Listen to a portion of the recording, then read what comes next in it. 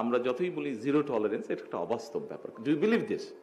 আপনারা কেউ বিশ্বাস করেন যে জিরো টলারেন্স? আপনারা বিশ্বাস, তো আপনারা যদি বিশ্বাস না করেন আমি কেন বিশ্বাস করবো এটা? মোবাশ্বের। জি মাননীয় প্রধানমন্ত্রী। Thank you. পরবর্তী যারা বলবেন দয়া করে মাননীয় বলার দরকার নেই, শুধু প্রাইম মিনিস্টার বললেই হবে। মাননীয় প্রধানমন্ত্রী, আমাদের যে ঢাকা বিশ্ববিদ্যালয়ের কেন্দ্রীয় লাইব্রেরি এবং আমাদের যে রিডিং রুমগুলো আছে হলগুলোতে, সেই হলগুলোতে মাননীয় প্রধানমন্ত্রী আমি আমাদের পর্যাপ্ত সিট পাই না। তারপরে হচ্ছে আমরা বসি, কিন্তু হচ্ছে আমরা যে পর্যাপ্ত কর্মসংস্থানের অভাবে আমরা আমাদের যে ভবিষ্যৎ পরিকল্পনা আছে সেগুলো বাস্তবায়ন করতে পারছি না মাননীয় প্রধানমন্ত্রী।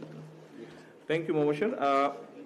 এইটা সমস্যাটা ঢাকা ইউনিভার্সিটির নয়, এটা কম বেশি সবগুলো ইউনিভার্সিটিই আছে এই সমস্যাগুলো। মোবাশ্বের, একটা জিনিস নিশ্চয়ই আপনি জানেন যে আমি গতকাল, বসেন আপনি, গতকাল পুলিশ, গত দুদিন আগে থেকে পুলিশ সপ্তাহ ছিল এবং গতকাল বিভিন্ন এসপি ডিআইজি যারা আছেন, পুলিশের যারা ঊর্ধ্বতন আছেন, তাদের সাথে আমার একটা মত বিনিময় ছিল। সেখানে আমি একটা কথা বলেছি, আনফর্চুনেটলি আপনারা এই দেশেই ছিলেন, মানে আমি যখন বাধ্য হয়েছি বিদেশে থাকতে, আপনারা এই দেশেই তখন বড় হচ্ছিলেন এবং আপনারা তখন দেখেছেন যে দেশের মানুষের সম্পদ নিয়ে কিভাবে তসরুফ করা হয়েছে। পরবর্তীতে বিভিন্ন সময় আমরা জেনেছি। আমি ঘটনাগুলো বলেছি আবারও একটু আলোচনার জন্য, যেহেতু আমরা আলাপ আলোচনা করছি এখানে।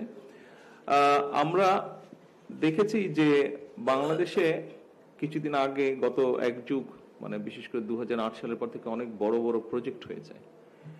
সেটা ভালো কথা, প্রজেক্ট হতেই পারে, একটি দেশের জন্য প্রয়োজন আছে। কিন্তু সবচেয়ে আনফর্চুনেট যেটা ব্যাপার হলো, যেমন রূপপুর যেটা হয়েছে নিউক্লিয়ার পাওয়ার, আপনি হয়তো ভাবতে পারেন যে আপনার এই সিটের সাথে এটার কি সম্পর্ক আছে, আমি সেখানে আসছি।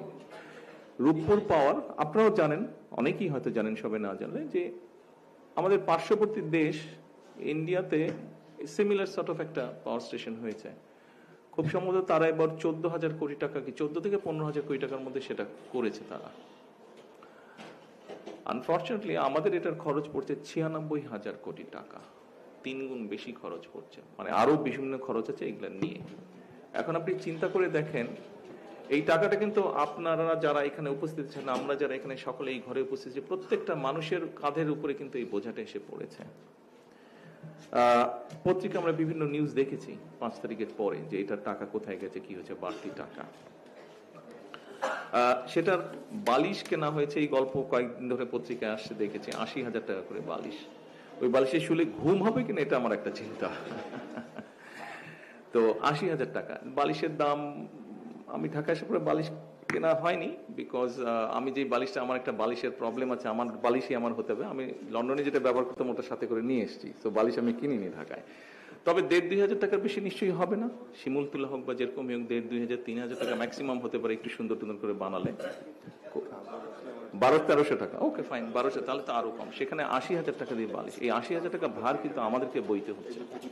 আমরা দেখেছি ইন্টারিম গভর্নমেন্টের সময় তারা একটা হোয়াইট পেপার তৈরি করেছিল, এই হোয়াইট পেপারে বলেছিল বছরে $16 বিলিয়ন এই দেশ থেকে পাচার হয়ে গেছে। Just think about it, $16 billion. এই $16 বিলিয়ন যদি দেশে থাকতো প্রতি বছর, আমরা কিন্তু আপনার এই সিটের সমস্যার সমাধান করতে পারতাম। সেটা লাইব্রেরিতে হোক, সেটা আপনাদের আবাসনের সমস্যাই হোক, সেটা আপনাদের হলে যারা থাকেন তাদের খাবার সমস্যা, অনেকাংশেই আমরা করতে পারতাম। সো প্রতি বছর যদি আপনি 10 বছর ধরেও $16 বিলিয়ন পাচার ধরেন, তাহলে 10 বছরে কত বিলিয়ন ডলার পাচার হয়ে গিয়েছে। অনেকে একটা কথা বলে, আল বি ভেরি ফ্র্যাঙ্ক কিছু ব্যাপারে আপনাদের সাথে, অনেকে একটা কথা বলে যে হ্যাঁ আমরা একদম জিরো টলারেন্স দুর্নীতিতে। আমার কাছে কথাটা অবান্তর মনে হয়। বাংলাদেশের প্রেক্ষাপট, আপনারা এই দেশে বড় হয়েছেন, আপনারা জানেন, আমরা যতই বলি জিরো টলারেন্স, এটা একটা অবাস্তব ব্যাপার। Do you believe this? আপনারা কেউ বিশ্বাস করেন যে জিরো টলারেন্স? আপনারা বিশ্বাস, তো আপনারা যদি বিশ্বাস না করেন আমি কেন বিশ্বাস করবো এটা? বাট আমরা যেটা চেষ্টা করছি এই বিষয়টাকে যতটুকু লাগাম টেনে ধরা যায়। এত বছরের বিষয়টা আমরা 2 মাস, 6 মাসে, 1 বছর, 2 বছরে পাবো না। এটা একটা হ্যাবিটের ব্যাপার। আজকে সকালবেলায় আসার সময় আমি ওই যে মহাখালী দিয়ে এসে লেফটে একটা ফ্লাইওভারে উঠতে হয়, কি জানি নাম ছিল ফ্লাইওভারটা, না মহাখালী এক্সপ্রেসওয়ে। আমি যখন টোল দিয়ে সামনে বাড়ছি তখন হাতের বাম পাশে যে অ্যাপার্টমেন্টগুলো আছে দেখলাম একটা অ্যাপার্টমেন্টের ট্যাঙ্কি থেকে পানি পড়ছে, মানে মেশিনটা বন্ধ করেনি, পানিটা পড়ছে, কারো খেয়ালও নেই, 4 তলা না 5 তলা বিল্ডিং থেকে পানিটা পড়ছে। অ্যাকচুয়ালি আমার দৃষ্টিতে আমি যেটা মনে করি, এটাও এক ধরনের ইগনোরেন্স বলেন, এক ধরনের দুর্নীতি বলেন। দেখুন, গত কয়েকদিন ধরে সোশ্যাল মিডিয়াতে আমরা দেখছি যে ট্রাফিক আইনের যে বিষয়টি এখন যেহেতু এআই দিয়ে করছে, মানে ওইটা বর্ডার ক্রস করলে অটোমেটিক চলে যাচ্ছে, এটাতে অনেক মানুষ কিন্তু রিয়াক্ট করছে, হ্যাঁ আমি মাত্র একটু করলাম এরকম, তাতেই ফাইন চলে আসলো। সো বিষয়টা হচ্ছে, আপনি যেরকম যদি কক্সবাজারে যান, কক্সবাজারে গিয়ে যারা তাদের সাথে যদি কথা বলেন, টেকনাফে যদি যান, তারা খুব রিয়াক্ট করবে, কারণ সে তার বাবাকে দেখে এসছে গাছ কেটে বিক্রি করতে, তার দাদাকে দেখে এসছে, মানে এটা যে একটা অনৈতিক কাজ, এটা তার মাথার মধ্যেই নেই। এই জন্যই আমি কথাগুলো আপনাদের সামনে তুলে ধরলাম।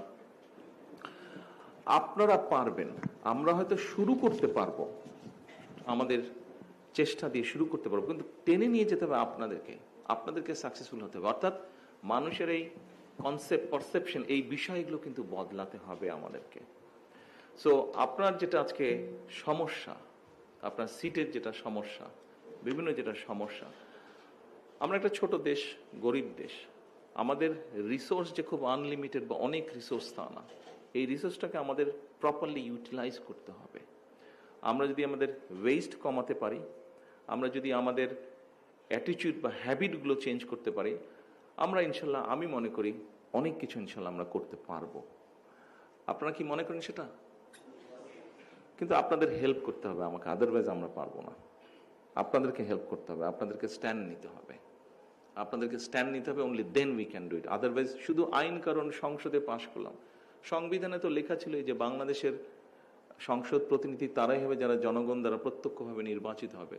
2014, 18, 24 কি তা হয়েছে? সংবিধানে তো লেখা ছিল। সো লেখা দিয়ে সবকিছু হয় না, it's about here and here, তাই না? এই দুটো জায়গা থেকে হতে হবে। সো আমি জানি না আপনার প্রশ্নের সরাসরি হয়তো আমি উত্তর দেইনি মোবাশ্বের, বাট আমি পুরো জিনিসটা বোঝানোর চেষ্টা করেছি যে আমাদের লিমিটেশনটা কোথায় এবং আমরা কিভাবে জিনিসটা ট্যাকেল করার চেষ্টা করছি। একটু সময় লাগবে, ধৈর্য ধরতে হবে একটু। হয়তোবা এমনও হতে পারে আপনি যতদিন আছেন এই লাইফ টাইমে, মানে ইউনিভার্সিটি লাইফ টাইমে হয়তোবা নাও হতে পারে, পরবর্তী যারা আসবে তারা সুযোগ পাবে। হয়ে গেছে তো একটা প্রশ্ন।